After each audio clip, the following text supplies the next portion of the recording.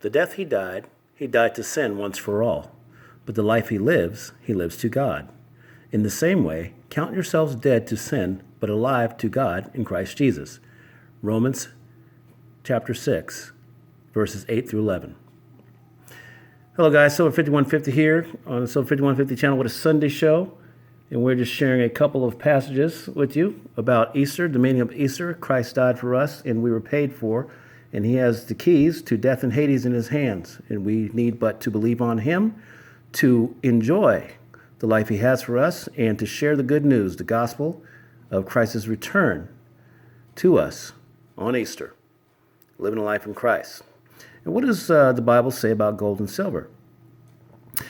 Now, if any man build upon this foundation, gold, silver, precious stones, wood, hay, stubble, every man's work shall be made manifest, for the day shall declare it, because it shall be revealed by fire, and the fire shall try every man's work of what sort it is. 1 Corinthians chapter 3, verses 12 through 13. All right, we're going to take a quick look at the national debt clock and see where we're at as far as gold and silver goes. And the silver to dollar ratio now is $2,346 per silver ounce, physical ounce in the COMEX. Plus the paper that's down there, and we see the paper to silver ratio right now is 174.73 to 1, which means some of the contracts have expired from 175 to 1. We talked about that earlier last week. And then, of course, our brothers and sisters that are in the gold right now, you are approaching $20,000 per ounce. That includes paper and physical versus the dollar in the world right now. So these numbers right here, like we said, they do not reflect the actual silver price as far as the COMEX is concerned, but it's just the amount of inflation that's building up in each ounce. That includes paper ounces that are out there. If you break it down into just physical ounces, it turns out to be a lot more. Same thing with gold. The amount of inflation activity inside gold to silver just versus the United States dollars, not any other currencies out there, euros, pesos, rubles, rupees, yen, yuan, take your pick. Lira. Okay, so now we're going to move on to the mini stack. So guys, basically you know that over time I've accumulated quite a bit of silver, but I still keep some stuff on hand just in case the crap hits the fan and I need to be able to function here in town with my people, taking care of my friends and family, having something I can grab quick. Now, if I want, I can call Money Metals Exchange and have them send me stuff. And I can go ahead and build this thing up really fast if I need to start a bank or something here in town or finance some projects or maybe keep a hospital going. The silver is here to do that. The revalued silver, we're not counting on the spot price now. We're counting on a better valuation for silver to do these great things that we were called to do. You guys remember the mini monster box, right? Did anybody get in on those? It was still a good deal when I was talking about it. Better deal when I bought it. Sorry I was late on that.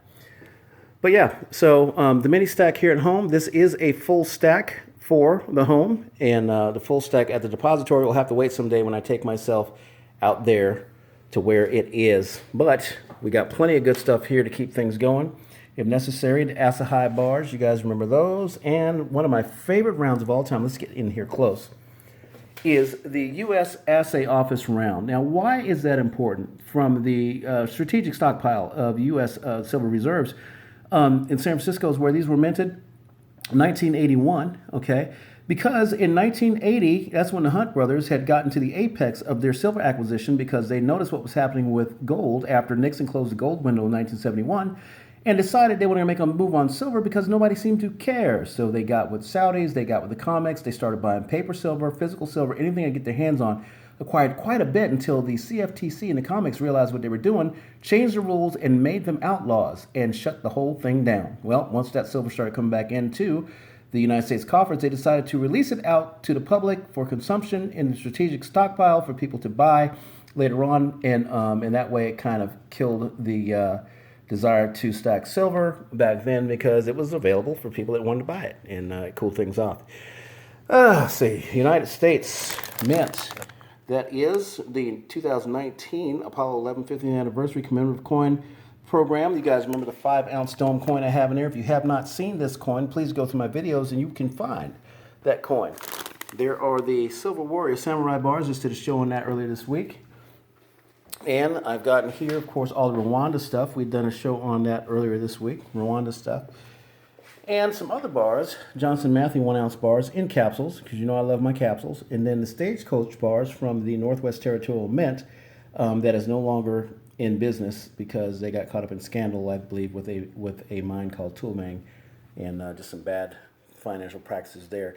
All kinds of goodies here. Congo Gorillas, Year of the Dog, Maple Leafs. We've got John Wick in here. We got Captain America in here. Ohio Precious Metals, they don't get a lot of, where are they at? Yeah, they don't get a lot of attention, but this is actually a very good minting company from way back. Supermans, Morgan Rounds, and the Aztec, of course, somebody was talking about the Aztecs today. We were talking about the Aztecs earlier, the different rounds and bars and stuff out there. I think Silver Game of Thrones has one of every denomination, and he'll probably do a video on that if he hasn't already. Buffaloes, always good, more assay rounds. And then in here, we have the frac stack. So this is the frac stack right here. So we have the fractional coins in here. We have a brick of Walking Liberty 10th ounce silver. We have a bunch of half-ounce Perth Mint Warner Pacifics. Okay, we got some Devil's Brigade in there too. You can't see them. Some 10th ounce Buffaloes. And then I have the half-ounce Chiwu. And then I've got the half-ounce proofs. The Crested Ibis that one of the subscribers was kind enough to let me in on.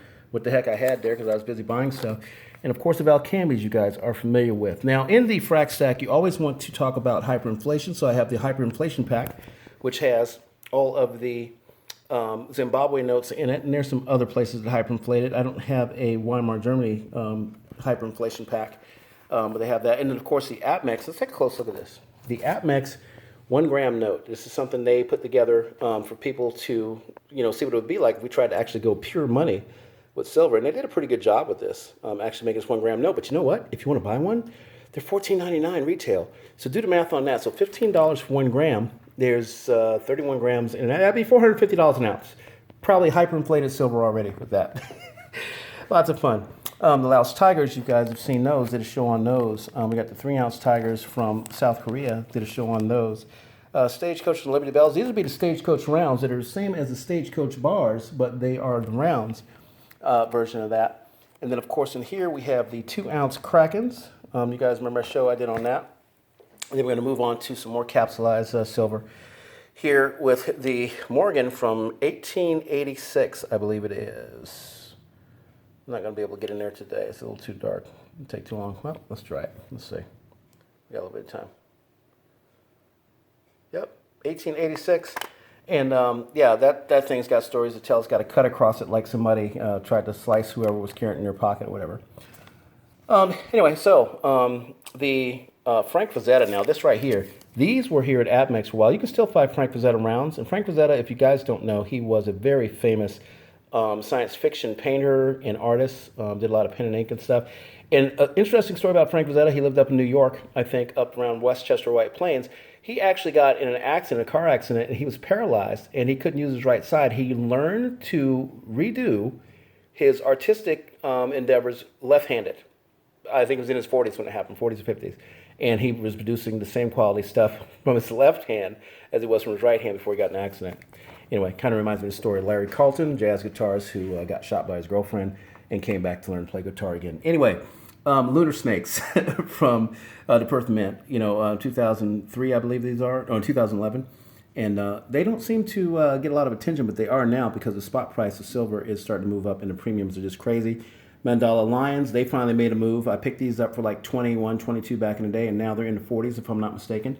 Our very favorite coin, the Hallmark coin, the Mercedes of coins, the American Silver Eagle, and if I'm not mistaken, 2014, my favorite year, right? Because that's the year I started really seriously stacking. Okay, got some nativity scenes here for Rita Doyle out there. If you're out there, just keep in mind we do have extras. G-Man's thinking about letting go of some, and you can get with him about that.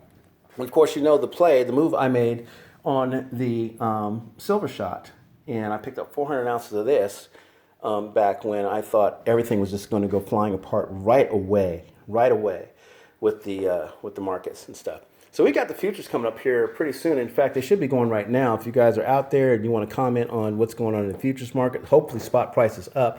With all the turmoil and stuff that's going on out there, You would think that the markets would reflect, that in the spot price. And oh yeah, there's that first strike Mount Olympia or Olympia National Park coin that I picked up at a coin show, because I don't buy all my stuff at coin retailers. I do go to coin shows, and I have bought stuff from coin shops like this, Apollo 11 coin, whatnot. And so this is just a quick Sunday wrap up here with a home full stack of silver. And this is all I got. But, oh, wait a minute. What's this right here?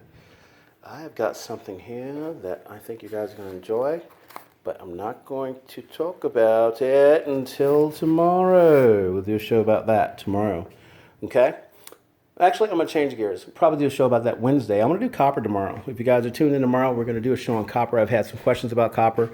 Is it a legit investment? What can we expect from it if we decide to invest? And what's a good buy price and a good place to buy this stuff? We're going to talk about that tomorrow.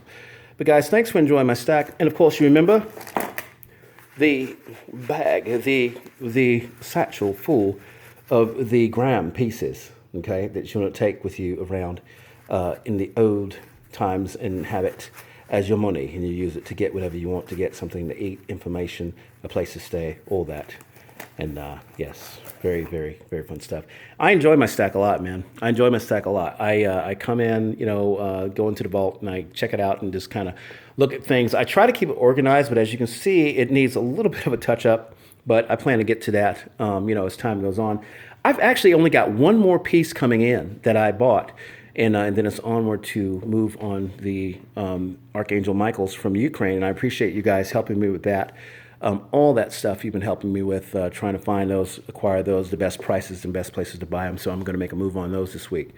All right. This is the Sunday show, guys. Thanks for joining us today. Me and the G-Man, he was on earlier and stuff. And we appreciate you guys. I'm going to try to get with some of my counterparts that I stack with here in town and see if I can share some of their stacks with you. I'll see how they feel about that. They don't have to be part of the show, but we really want to see some of the stuff.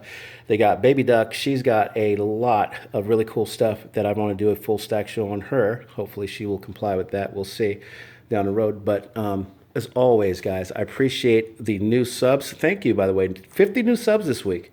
50 new subs. And thank you guys for signing up. Thank you for going through the old videos and enjoying some of those. I'm telling you, they're not the best shows out there, but they've got some really good content. We're starting earlier on trying to figure out this thing, try to get it going. And, it was a little rough, and we called it the Raw Show on YouTube at the time, the Raw Stacker Show. But God, guys, there's so many excellent stacker channels out there. I'm going to spend the rest of the weekend and into this week just indulging in some of the shows. Florida Stacker put out a gold show this weekend that was just, oh my gosh, it was absolutely delectable. It was like almost watching like Food Network. It was just so delicious. He had the Eagles and stuff out there and just, excellent points and educational bits about what to expect from gold. So anyway, we're going to do that. We're going to look at some the other channels out there. Silver Joker, the great Silver Joker, always indulging in him. Silver Game of Thrones, one of my favorite. Fred Garr, he's out there doing stuff. Silver Britches, Yankee Stacking. All these channels out there. Just type in Silver Stacking into your search, and you're going to really love what you find. All right, guys. So that is me, Silver 5150, with the at-home stack, full stack, and we will get back to you tomorrow with some copper. Take care.